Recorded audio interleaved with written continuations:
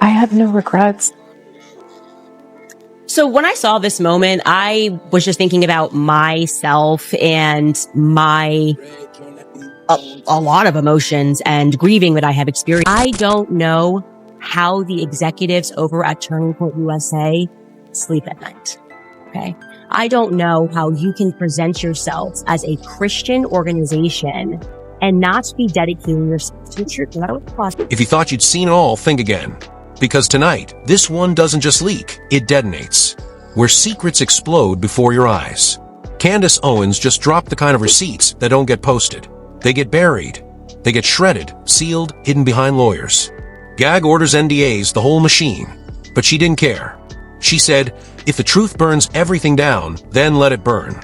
And trust me, when a woman like Candace talks like that, someone is scared, very scared, because behind the polished interviews, the stage smiles, and they were moving forward as a family speeches. There was a secret Kirk never planned for the world to see. A secret he carried alone. A secret he only whispered to one person before everything fell apart. And when the results of that private DNA test came back, it changed everything. It changed him. It changed the people around him. And now it's changing the entire narrative if you were in his position. Same betrayal, same pressure, same truth staring you in the face. What would you do? Would you stay quiet, or would you finally break? The internet couldn't believe it, and you won't either. Let's break it all down. And trust me, it gets uglier. Candace always knew the truth had a way of coming out. But even she didn't expect it to look like this. When those new receipts dropped, it felt like every unresolved question, every hushed whisper, every suspicious shift in behavior suddenly snapped into place. And for the first time since Charlie's passing, people stopped arguing and started listening. Something wasn't right, and the timeline was finally beginning to show why. Before the chaos, before the leaked screenshots, before the DNA results even existed, there was Charlie moving quietly, observing more than he ever spoke, carrying stress in his shoulders that even his closest friends pretended not to notice. To outsiders, he looked like the confident political warrior everyone knew. But behind his closed door, he was pacing at night, staring at messages that didn't make sense, and trying to connect he didn't want to believe were real. And that's what made this entire story so unsettling. The betrayal didn't begin with the receipts Candace exposed. It began long before that, in the silence of a home that was supposed to be safe for him. People still remember the moment Candace Owens admitted Charlie had pulled her aside weeks before everything collapsed. He didn't want the media, the board, or his circle involved. He wanted one person, just one, and that alone was strange. He trusted Candace because she wasn't afraid of the truth, and she wasn't tied to the people he was starting to question. When he told her he planned to take a private DNA test on his kids, Candace didn't judge him. She didn't question his love for them. She saw the anxiety behind his eyes, the exhaustion in his voice. She understood immediately that the man wasn't looking for trouble. He was looking for peace. But peace was the last thing he found. When those results came back, it said he locked himself in his office for almost 2 hours. No phone, no calls, no notes. Just him and a truth he never saw coming. A truth that shattered whatever trust he had left. The moment he stepped out, people around him described him as pale, shaken, almost moving like he was stuck between disbelief and anger. But he still kept everything quiet. That was always Charlie's way. Handle the storm alone. Protect the people around him, even when they didn't deserve it. Meanwhile, Erica began moving strangely, at least to those who paid attention. She was smiling too hard at events, speaking too confidently, controlling the narrative in ways that felt rehearsed. And the more she spoke, the more disconnected she seemed from the grief she claimed to be experiencing. People online kept saying they felt something off about her energy, like she was performing for cameras rather than mourning a husband she had just lost. Even the way she talked about other men raised red flags, especially when she kept referencing how she saw parts of Charlie in certain powerful figures. That wasn't a tribute. That was an emotional shift happening faster than anyone expected, and the public caught it instantly. Then came the moment that changed everything. Candace didn't just speak. She cracked the door open so the world could finally see inside. She revealed that Charlie wasn't just stressed from political fights. He was stressed from the people standing closest to him. People who should have been protecting him. People who should have been helping him figure out the truth. People who should have loved him, but instead left him surrounded by confusion and betrayal. It wasn't just the DNA test that pushed him over the edge. It was the growing weight of secrets inside his circle, the whispers about internal affairs, the rumors about interns being taken advantage of, the suspicious financial activity nobody wanted to investigate, the sudden changes in loyalty, the late-night calls he didn't want to take. The unexpected tension inside Turning Point that felt like something bigger was brewing behind the scenes. Candace saw all of it. She saw the fear behind certain smiles. She saw the way Erica tried too hard to control the narrative. She saw how quickly Erica pushed herself into the CEO role. She saw how some staff members panicked the moment she asked the wrong questions. She saw how the people Charlie suspected were suddenly acting like they had something to hide. And that's when everything started unraveling. What Erica didn't expect was that Candace had been watching her behavior from day one. She noticed every contradiction, every carefully worded line, every deflection. So when Erica suddenly pushed for a gag order, after days of claiming transparency, Candace instantly knew something was off. Gag orders aren't for protection. They're for silence. And silence is exactly what Erica needed if certain secrets were ever going to stay buried. But Candace didn't stay quiet. She tweeted, she posted, she confronted, she challenged. She didn't whisper. She spoke loud and clear. She said, if the truth burned everything down, then let it burn. And that line alone sent shock waves through the entire circle. Because when a woman like Candace starts talking like that, it means she knows something explosive, something dangerous, something bigger than anyone expected. That's when supporters began sending her more information. Stories about Tyler Boyer. Stories about Rob McCoy. Stories about interns. Stories about nights nobody wanted to talk about. Stories about arguments behind closed doors. Stories about financial decisions that didn't make sense. Stories that hinted Charlie wasn't just betrayed by one person. He was surrounded by betrayal. The internet went wild. Every comment section turned into chaos. Every clip of Erica was dissected. Every interview was replayed. Every smile was questioned. Every tone shift became a clue. And suddenly, people began connecting dots that had been there all along. Dots tied to the DNA test. Dots tied to Erica's behavior. Dots tied to men she stood too close to. Dots tied to the way she moved into her new position with almost no hesitation. Things didn't add up. Things didn't feel right. Things didn't match the story she was selling. And when she stood on stage hugging a high-ranking official with a warmth that didn't match a grieving widow, people finally said what everyone had been thinking. Something deeper was going on. But the moment that truly shattered the internet wasn't a video, wasn't a hug, wasn't a rumor. It was the line Candace dropped with a steady voice and unblinking eyes. Charlie was let down by everyone. Everyone. That line froze the timeline. It turned suspicion into certainty. It made people look at Erica differently. It made people ask which everyone Charlie was referring to. And it made one thing painfully clear. The DNA test wasn't his only secret. And it wasn't his final one. But the deeper Candace went, the more she realized she was standing on a landmine.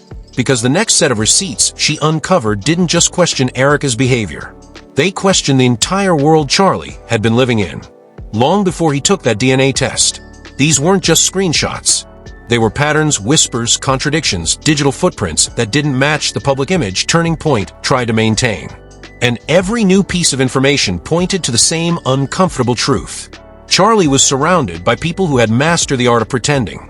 The first shocking detail came from a series of leaked messages between two mid-level staffers inside FISA. Nothing explicit, nothing dramatic, but the tone said everything. They weren't worried about Charlie's well-being. They were worried about their positions, their image, their connections. One line stood out like a punch to the gut. If he finds out what we've been hiding, we're finished. No names, no specifics, but the timing lined up almost perfectly with the days Charlie began acting distant. It was subtle, almost vague, but it was enough to make people ask, what exactly were they trying to keep from him? Then came the financial rumors, documents showing. Sudden budget adjustments, questionable transfers, and unexplained approvals from people with no real authority to sign off. These weren't small moves. These were decisions made behind Charlie's back while he was publicly carrying the weight of an entire movement. And these moves shattered the illusion that he was always in control. It looked more like people around him were operating in the shadows, fully aware that Charlie was too busy or too trusting to notice. Candace didn't reveal everything at once. She paced herself almost like she was peeling back layers of a story everyone wanted to ignore. The next layer came in the form of alleged interactions between Tyler Boyer and interns. Nothing legally verified, nothing officially confirmed, but the stories all shared the same energy, an uncomfortable, unprofessional environment where boundaries blurred and power went unchecked. And the internet didn't hesitate. They connected this pattern to the moment Candace said Charlie was let down by everyone. Suddenly, people wondered if the betrayal wasn't emotional or political. It might have been moral. In the middle of all this, Erica's behavior grew even stranger. Instead of defending Charlie's truth, she defended the people he questioned. Instead of standing beside him, she stood beside the ones Candace was calling out. Instead of transparency, she pushed for silence. That was the moment people realized her loyalty wasn't to justice or clarity. It was to the circle she now depended on. And that raised the question nobody wanted to ask out loud. Was she protecting them or protecting herself? The tension exploded when Candace dropped the next wave of evidence, anonymized screenshots of private conversations from someone claiming to be close to Charlie. The messages were heartbreaking.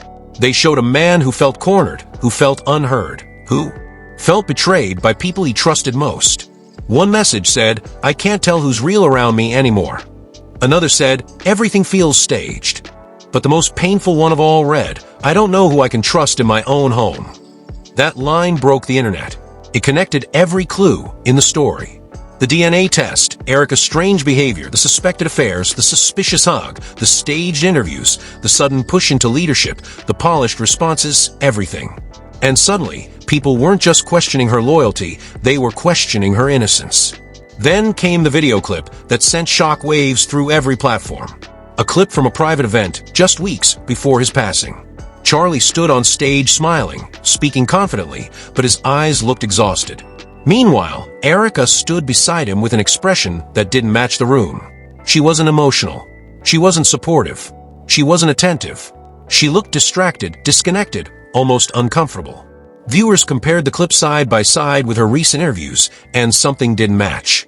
It was like she had rehearsed her grief after the fact, but during the real moment, she seemed detached. The reactions were instant. Fans said the energy between them felt cold, strained, like a couple pretending everything was fine because the cameras were rolling. One comment went viral. "She's acting like someone who already made peace with losing him long before it happened." People replayed the clip again and again, analyzing her every blink, her posture, her distance, her forced smile, and the internet reached a chilling conclusion. She wasn't grieving the man, she was grieving the image. Then things took an even darker turn. A source close to the family revealed that Charlie had been asking questions about certain relationships inside the organization. Not accusations, just questions. Quiet questions, gentle questions, but the kind of questions a man asks when he feels something slipping away. People claimed he had suspicions about two individuals specifically. Neither confirmed, neither denied, but both close enough to Erica to raise eyebrows. Combined with her odd praise for them, the sudden emotional closeness, and the public affection at events, the pieces painted a picture nobody wanted to imagine. And then came the twist that shook everyone. Candace revealed that Charlie had actually tried to confront one of the individuals he suspected, but that meeting never happened. Something interrupted it. Someone intervened. And after that moment, Charlie backed off completely. It was like he realized he was too outnumbered to push any further. He chose silence, not because he accepted the truth, but because he didn't know what would happen if he opened that door. Fans started digging on their own, pulling up old clips, timestamps, interviews, photos. They analyzed everything. Who sat next to who hugged who looked nervous, who looked overconfident. And the more they looked, the more things didn't add up. The timeline of the DNA test, the timeline of his behavior changes, the timeline of staff drama, the timeline of Erica's emotional distance, they all overlap too perfectly. That's when one viewer wrote the comment that defined the entire episode. You don't take a private DNA test unless something already broke inside you. And once that idea circulated, there was no going back. It became the lens through which people viewed every moment of the story. Even the legal pushback made things worse for Erica's circle. The more they tried to silence Candace, the guiltier they looked. The more they dismissed her, the more credible she became. And when they launched personal attacks instead of offering transparency, the public said exactly what everyone else was thinking. Innocent people don't panic. Innocent people don't shut down the truth. Innocent people don't rush to hide evidence, seal files, or control narratives. It didn't help that the first unsealed piece of information revealed a timeline inconsistency. A gap of several hours that had never been publicly explained. And in a story full of secrets, one unexplained gap is enough to ignite the entire internet. People began to suspect this wasn't just one betrayal. This was a chain of them, a circle of secrets, a pattern of manipulation. And Candace, realizing just how deep this went, prepared to drop the next set of receipts. But the moment she hinted at it, something unexpected happened. A new name surfaced. A name nobody expected. A name that changed the direction of the entire investigation. And that's when the story took a turn nobody saw coming. That new name didn't just shift the story, it detonated it. Because the instant Candace hinted that someone outside the original circle might have been involved, people stopped arguing about Erica's behavior and started asking a much bigger question. How many people were actually keeping Charlie in the dark? And why did this new name surface only after his private DNA test results came back? The timing was too precise, too clean, too targeted to be accidental. And that's what made the internet spiral. Because if this person knew something Charlie didn't, it meant whatever was happening wasn't just personal, it was coordinated. The whispers online pointed toward a man who had always stayed just outside the camera frame. Someone who moved like a shadow behind the leadership. Never too loud, never too visible, but always present. People described him as the problem solver. The one staff members went to when things got messy. The one who handled uncomfortable information before it reached anyone important. And suddenly, Candace's followers wondered if this person had known about Charlie's suspicions long before anyone admitted it. Had he heard something? Had he been told something? Or worse, had he helped maintain a version of events that kept Charlie confused and isolated? The more people dug, the more eerie it became. There were stories of closed-door meetings where voices rose high enough to be heard down the hall. There were whispers of paperwork being reviewed late at night, long after the office should have been locked. And there were rumors that someone had intercepted messages meant for Charlie, redirecting them to other people for clarification. None of it was proven, but the pattern was clear. Someone was working hard to control what he saw and what he didn't. Then another twist surfaced, one that turned the internet upside down. Candace revealed she had spoken directly to a person close enough to Charlie to witness one of his most vulnerable moments. According to them, Charlie had confided that he didn't feel safe questioning anything anymore. Not physically, emotionally. It was the kind of fear people feel when they realize every answer leads to another lie. When they realize the people they trust most might be weaving a story meant to keep them confused. When they realize the only way to know the truth is to go outside the circle entirely. And that's exactly what Charlie did when he ordered that private DNA test. This source said something so haunting that people screenshot it instantly. He said he didn't know who his real enemies were anymore, only that they were close. That line broke the comment section open. It reframed everything Candace had been saying. It reframed Erica's behavior. It reframed the panic from inside the organization. Because if Charlie felt that level of betrayal, it meant he wasn't just reacting to personal doubts. He was reacting to a pattern he couldn't ignore. And that pattern became clearer when Candace dropped the next set of receipts, anonymized voice notes of someone describing how the internal culture at Fuza had changed. According to the voice notes, a small group had started operating like a clique, gatekeeping information, controlling meetings and influencing decisions before they ever reached Charlie. The notes describe a kind of invisible hierarchy, one that Charlie didn't create, but was slowly pushed out of. He was CEO and title, the source said, but not in control the way people think. That alone sent shock waves through his supporters. Meanwhile, Erica's reactions grew stranger by the day. She appeared in another interview, and instead of addressing the contradictions, the missing details, or the receipts Candace exposed, she focused on polishing her image. She smiled too perfectly. She nodded too confidently. And when asked about the internal investigations people were demanding, she brushed it off with a rehearsed line about honoring Charlie's legacy. It didn't match the urgency of the situation. It didn't match the severity of the questions. People noticed immediately. They said, she looked like someone trying to end the conversation, not answer it. Then came the moment that slammed the internet into silence. Candace hinted that the DNA test wasn't the only private test Charlie ordered before his passing. She didn't say what kind of test. She didn't reveal who it involved. She didn't even confirm how many there were. She just said he was collecting proof of things he had been doubting for months. And that single statement unleashed chaos. People speculated about relationships, finances, communications, alliances, everything. It felt like the beginning of a mystery, much bigger than the story anyone thought they were following. Someone claiming to be a former staff member posted anonymously saying Charlie wasn't just stressed about internal betrayal. He was devastated by something he discovered on his own. Something he tried to process quietly, something that shattered him. They described him as withdrawn, distracted, and emotionally exhausted in the weeks before his passing. He was trying to protect people who didn't protect him, the message read. And that was his biggest mistake. Screenshots of that message spread like wildfire across platforms. But the moment everything shifted from suspicion to near certainty was when someone claimed Charlie had written a private note to himself, a note he never intended to share. No one confirmed its existence, but the rumor alone poured gasoline on the fire. The idea that he left behind a message, a clue, a confession of what he had uncovered electrified social media. And people began demanding Candace reveal whether she had access to it. They begged her to release anything, even a hint. And although she didn't confirm the note, she didn't deny it either. She only said Charlie tried to leave the truth behind in the only way he knew how. Eric responded by doubling down on her talking points, insisting the official story was clear, that Charlie's passing was tragic but not suspicious, that everything outside the narrative was disrespectful. But viewers weren't buying it anymore. Her certainty felt too polished, too controlled. It felt like someone who had already chosen a version of the truth and refused to acknowledge anything that didn't fit. Meanwhile, Candace delivered the line that turned this entire saga into a national conversation. The truth is bigger than one person. People took that as a direct message, not a threat, a warning, a signal that more was coming. And that's when things truly spiraled. Followers began sharing their own experiences, their own screenshots, their own claims about what they had seen or heard in the orbit around Charlie. The floodgates opened, and the narrative shifted from one betrayal to an entire network of them.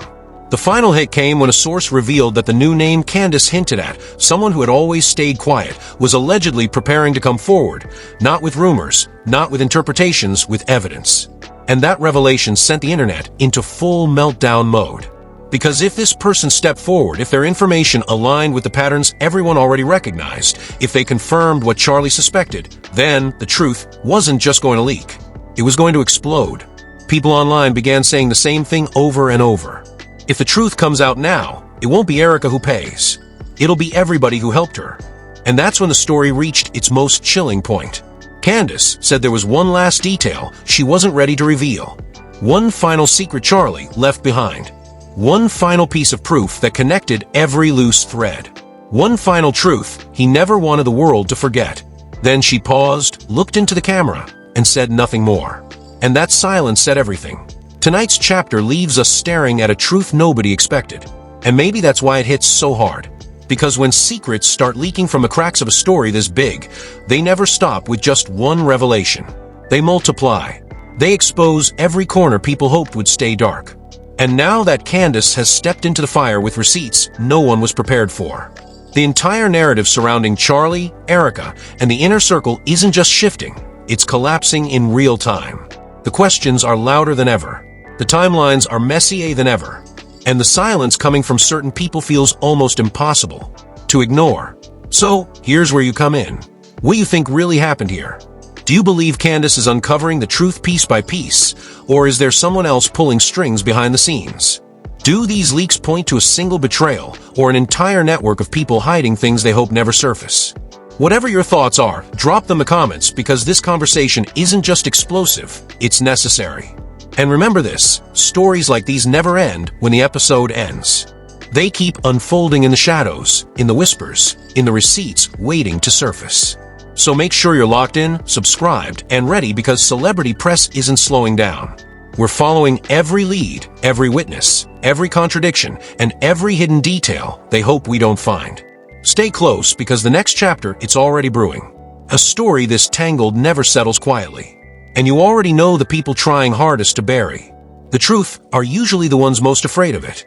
So don't blink, don't look away, and don't let them rewrite the narrative. Celebrity press is just getting started, and the real storm hasn't even hit yet right.